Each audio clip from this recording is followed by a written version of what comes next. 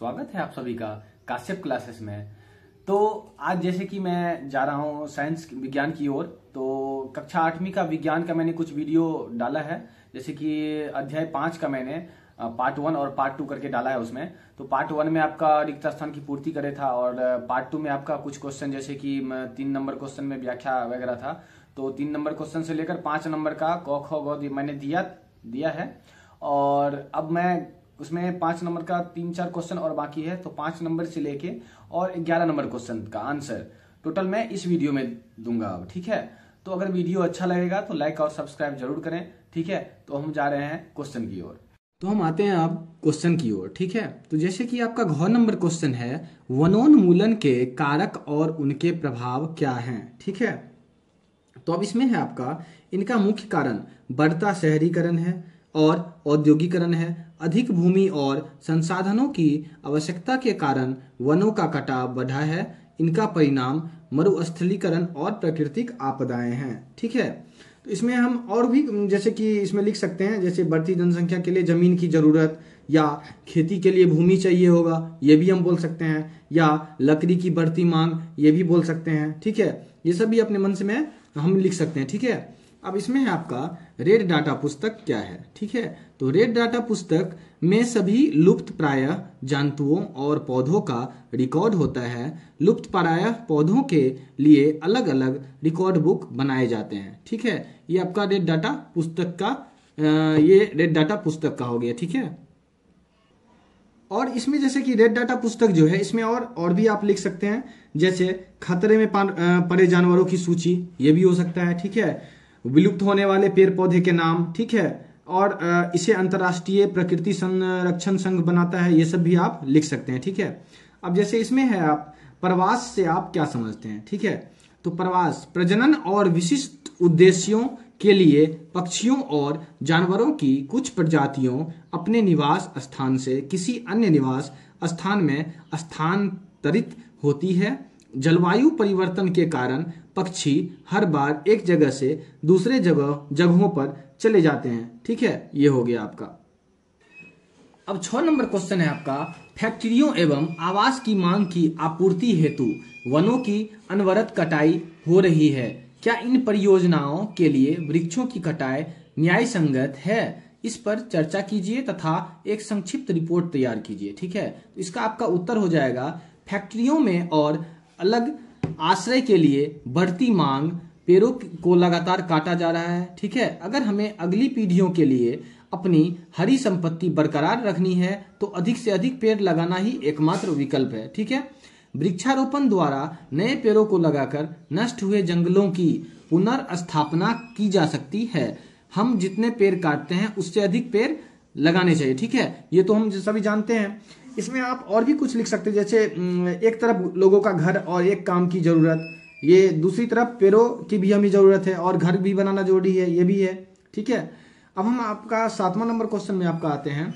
इसमें है अपने स्थानीय क्षेत्र में हरियाली बनाए रखने में आप किस प्रकार योगदान दे सकते हैं? अपनी द्वारा की जाने वाली क्रियाओं की सूची तैयार कीजिए, ठीक है। तो आपका इसका उत्तर है, अपने स्थानीय क्षेत्रों में हरियाली बनाए रखने की जिम्मेदारी हर स्थानीय निवासी की होती है। हमें अपने स्थानीय क्षेत्रों में अधिक से अधिक पौधे लगाने चाहिए, ठीक है।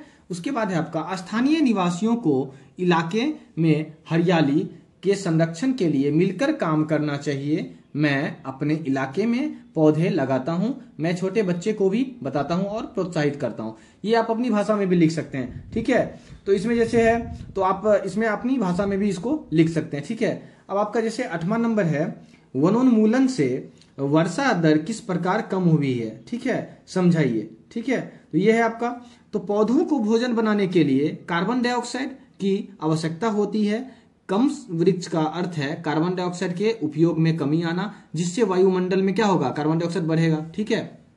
क्योंकि कार्बन डाइऑक्साइड पृथ्वी द्वारा उत्सर्जित उष्मीय विकिरणों का प्रग्रहण कर लेती है, अतः इसकी मात्रा में वृद्धि के परिणाम स्वरूप विश्व उष्णन होता है। पृथ्वी पर ताप में वृद्धि जल चक्र का संतुलन बिगड़ता है और वर्षा दर में कमी आती है, ठीक है।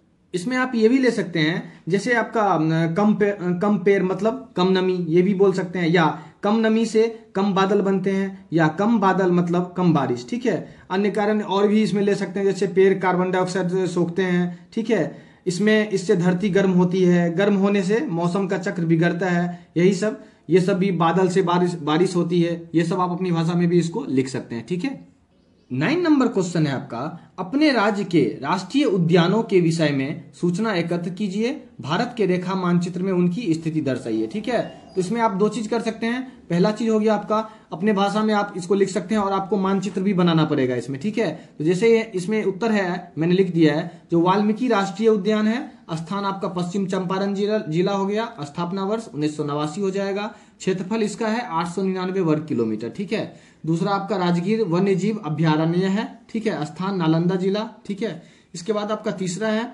कैमूर वन्य जीव अभ्यारण्य, स्थान कैमूर जिला। इसमें आपको एक जो है मानचित्र भी बनाना है, वो आप यहाँ पे देख रहे हैं, दिया है ना, जो भारत के रेखा मानचित्र में उनकी स्थिति दिखाई है, तो ये आपको खुद ही दर्शाना है, ये आप खुद ही कर लीजिएगा। ठीक है, अब हम 10 नंबर क्वेश्चन की ओर आते हैं। इसमें है आपका, हमें कागज की बचत क्यों करना चाहिए, उन कार्यों की सूची बनाइए जिनके द्वारा आप कागज की बचत कर सकते हैं। ठीक है, इसमें उत्तर है आपका, कागज का उपयोग हमारे दैनिक जीवन में किया जाता है। यहाँ पे हो जाएगा आपका जो, कागज की मांग पूरा करने के लिए हजारों वृक्ष काटे जाते हैं। ठीक है, तो यदि वृक्षों को कागज के लिए काटा जा रहा है तो एक दिन हो सकता है कोई वृक्ष ही नहीं बचेगा। ठीक है, इसलिए कागज को समझदारी के साथ उपयोग किया जाना चाहिए।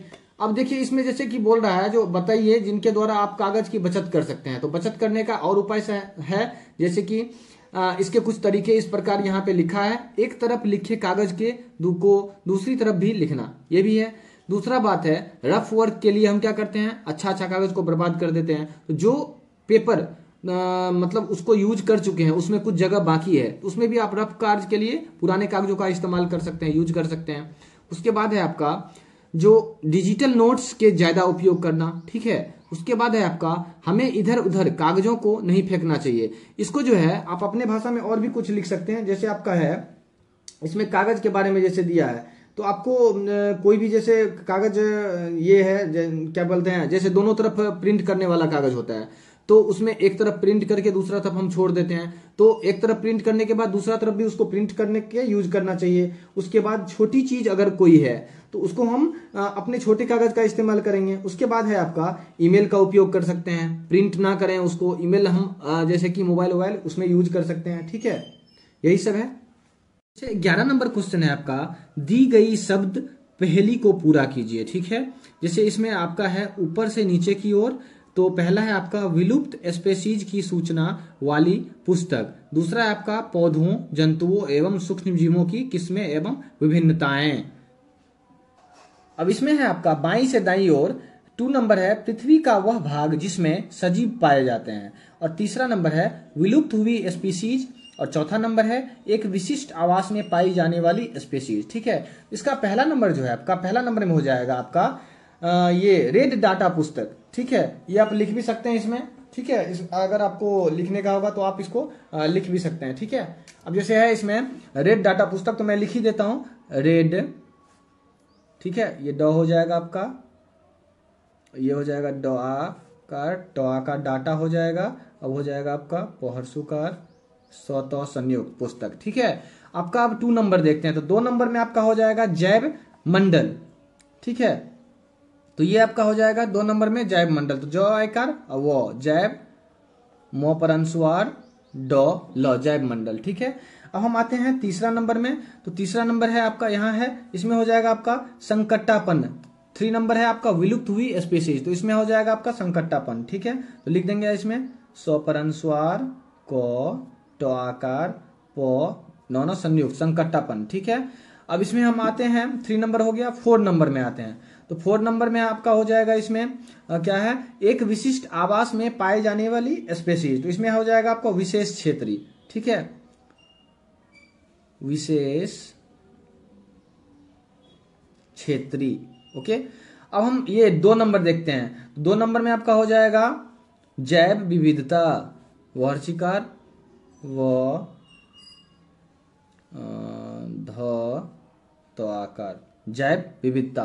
तो ये आपका 11 नंबर क्वेश्चन तक आपका कंप्लीट हो गया। ठीक है, अगर आपको ये वीडियो अच्छा लगेगा तो लाइक और सब्सक्राइब जरूर करें। और जैसे आपका नेक्स्ट चैप्टर है, तो नेक्स्ट चैप्टर आपका ये 6 नंबर है, तो छठा पार्ट का जो है वो अब नेक्स्ट वीडियो में आपको मिलेगा। यहाँ तक